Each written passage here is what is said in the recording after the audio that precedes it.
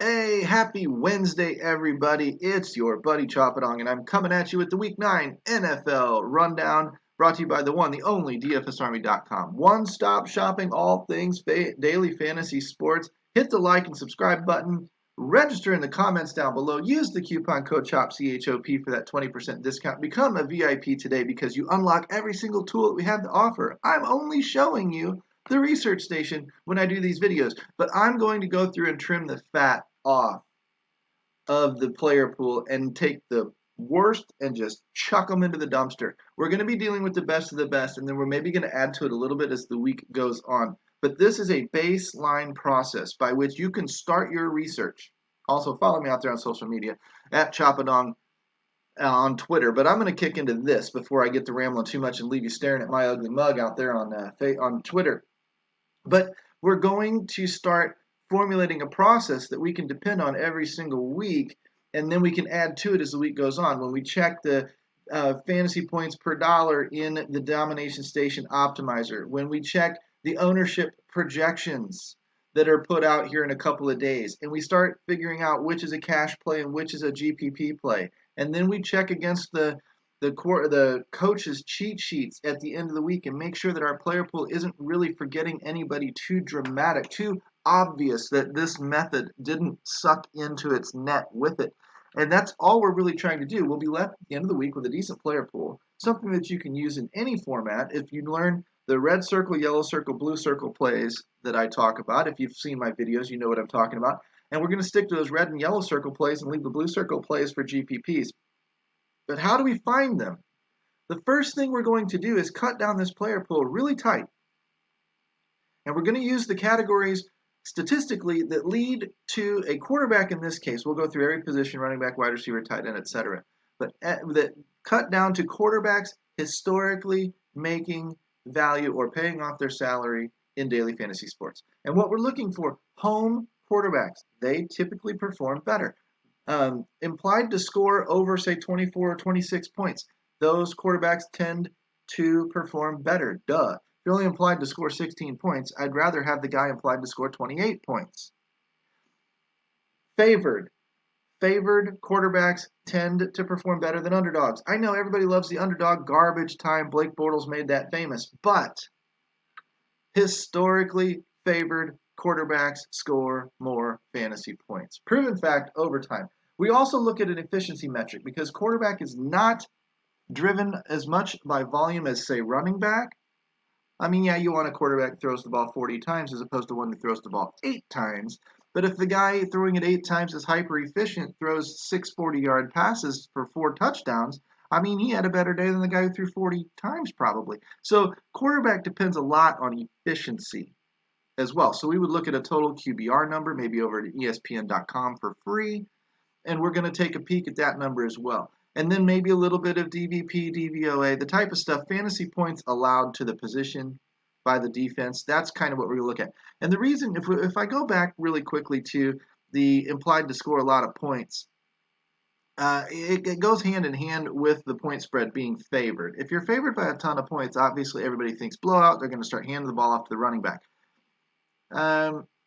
Let's go back in time and see if we can't think of a situation where the quarterback didn't take his foot off the gas and was supposed to win the game by 20 points. And, oh yeah, Patrick Mahomes last week. That doesn't always work. It doesn't always mean they're just going to hand the ball off, right? Sometimes those quarterbacks, they're going in those big total games, those big that when they're home, favored, whatever, and they're implied to score a lot of points, quarterbacks are going to get their points. They may hand the ball off late. They may not. They are going to get their fantasy points in a lot of cases. So that doesn't mean that we see a big spread and we all of a sudden get intimidated like everybody else did last week. Patrick Mahomes would have been a fine play. I mean, it was a little bit risky. I was saying it myself because that lead was so big. But turned out they didn't bring their A game out in the first half, and Patrick Mahomes had to do some work. So it does happen, okay? Let's go through those categories, though. Let's look at the home quarterbacks because we're sitting at Mahomes and Murray, Allen, Tannehill, Herbert, Ryan, Kirk Cousins. These are all sorted by the fantasy projections at DFS Army for right now. These numbers update throughout the week typically. They certainly do in the optimizer where they change an awful lot. But what we're going to do is we're going to actually scroll over and we're going to take the spreads and sort by ascending order. Ascending starts with the largest negative number and then works its way down. So this really starts with the biggest favorites on the week and works its way down to the underdogs. And I like looking at things in this order because, barring a no total game yet or something, it gives me an idea of who's also implied to score because the favored teams are obviously implied to score more points than the underdogs. And so it lets me quickly see who's implied to score over 24 to 26 points. That doesn't mean that a 23.8 is a bad play. It does mean I probably would not play the 22 or the 21 if I can find something better. Some weeks you can't. You have to take what the slate gives you. In this particular instance, I'm looking at a Ben Roethlisberger at minus 13.5, and I'm going to check a few things because I don't think he's very efficient this year, but he's on the road. And Dallas is not giving up a ton of points to the passing game. So if I'm a Ben Roethlisberger guy, just because he pops to the top of this list with the biggest lead of the week, we don't have a team total for him. It might be 24 points. I don't know. But that spread is an indicator that he's going to be in a strong position. I just don't know how much I'm going to count on Ben Roethlisberger. I'm probably going to make him my top play of the week, right?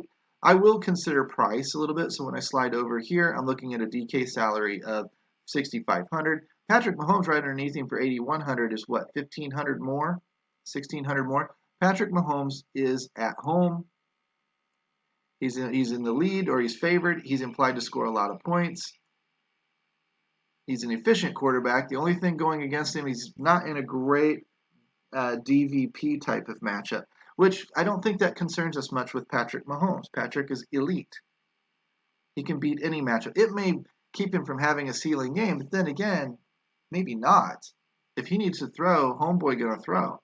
So you might play him anyway. That $1,500 savings, $1,600 savings might not be enough to convince you to play Roethlisberger over Mahomes, right? So we can just put Mahomes in the leader of the clubhouse kind of right away.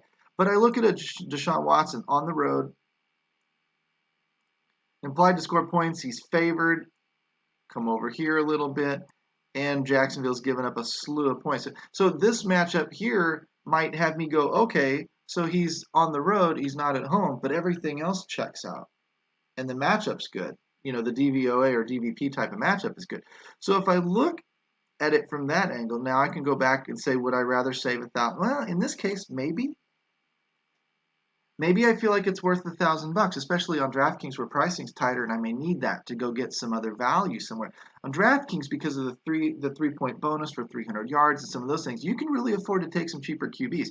The higher those QBs are priced, the less, like the top, kind of like the 2 starting pitcher thing in baseball. You don't necessarily want to focus on the most expensive guy at the position because the pricing is tighter, and with the bonuses and stuff, you can really create some good value multipliers by catching the right play down a little bit cheaper. On Fanduel, it's kind of, home run or bust. And so you're going to pay up a little bit more. Their salaries are more flexible. They allow you to do that. So that's kind of the nuance between Fanduel and DraftKings. But, you've got Tannehill. Now we got a whole mess of them at home. Tannehill, this is where the rubber should meet the road.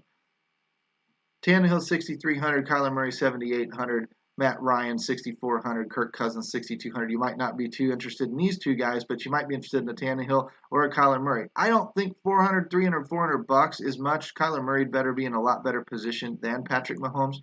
They're both at home. They're both favored. Mahomes is implied to score more points. Mahomes is a stronger favorite. And I come over here to the matchups, and they're in about the same matchup. So for the 300 bucks, I'd probably just take Mahomes and move on. But I can be convinced to look at a Tannehill, even though he's in a tough matchup. Matt Ryan or Kirk Cousins are in better matchups. But again, matchup isn't everything. A lot of it's going to be the type of player that we're after. That's just kind of like another feather in your cap, if you will. They're still favored, and they're still implied to score over 24, 25, 26 points. So they are in play. And for the right price, you might say that's worth $1,700 off of Mahomes. Come down here to Russell Wilson going on a short week all the way across the country to Buffalo. I don't know. That to me might squash his ceiling. He'll probably still hit his floor, but I want combo of floor and upside in my picks. So, Kyle Allen, no. Lamar, we're getting a little too low on the list here because we're getting down into the underdogs and the guys that are not scheduled to score, not implied to score a ton of points. So I'm really just kind of looking in this top 4 or 5 range. And I guess Mahomes is still the leader in the clubhouse. I may try to build some lineups. If I can't, I may drop to even a Tannehill, but I may come down. I don't think Kyler Murray is going to be, I would rather just take Mahomes. Murray probably becomes a good GPP pivot in that case. And I may look at a Ryan or a Cousins or somebody like that. And I'm not happy with that list. So again, being that I'm not happy with that list, I'm automatically going to be looking at fantasy points per dollar as the projections update, ownership projections in the optimizer, so I can get an idea of where the herd may be going and do I want to hide with the herd at quarterback. Oftentimes in cash games I do. And then I'm going to be consulting my cheat sheets from my coaches this week because I'm going to be looking for a little bit of an extra push. But I can already tell you, Derek Carr won't be on anybody's list. Phillip Rivers might not be on anybody's list going up against Baltimore. Justin Herbert will be a hot topic, so let's really quickly test him. He's at home. He's facing Vegas. Implied to score 27 points. Slight favorite. So far, so good. We might add Herbert to the list. Come over here and look at Vegas and see that they're giving up a lot of points to the quarterback. So, yes, Herbert is definitely on the list. So when I come back over here, take a peek at his salary at $6,800, definitely in the mix. In fact, I might take him over a Ryan or a Cousins type. So it might be like a Tannehill, Herbert, Mahomes. Then I kind of maybe look at a Deshaun Watson. I kind of maybe look at a Kirk Cousins or a Matt Ryan or something like that. But I'm not real happy about those plays. I would feel probably pretty confident in Herbert and Mahomes for sure. And then we're going to see how the rest of this plays out for the week with the coaches and everybody else. So those would kind of be how I'm looking at things right now. We'll come back. We'll do running backs, wide receivers, and whatnot a little bit later. But what you can quickly do in these types of scenarios is you can really kill guys, get them out of there. I'm not looking at Kyle Allen, obviously. You wouldn't be thinking you would anyway. But I'm evaluating, Deshaun Watson and Tannehill. How do they compare to Mahomes? How does Roethlisberger compare to Mahomes? Whatever. And that's what this methodology will teach you. You're looking for those categories, and he who falls in the most categories wins. Let's go over to the efficiency metric. Patrick Mahomes leads in total QBR this year. Russell Wilson, that's a big metric. Efficiency, yeah, he's on the road. He's on a short week, whatever. But it probably secures his floor.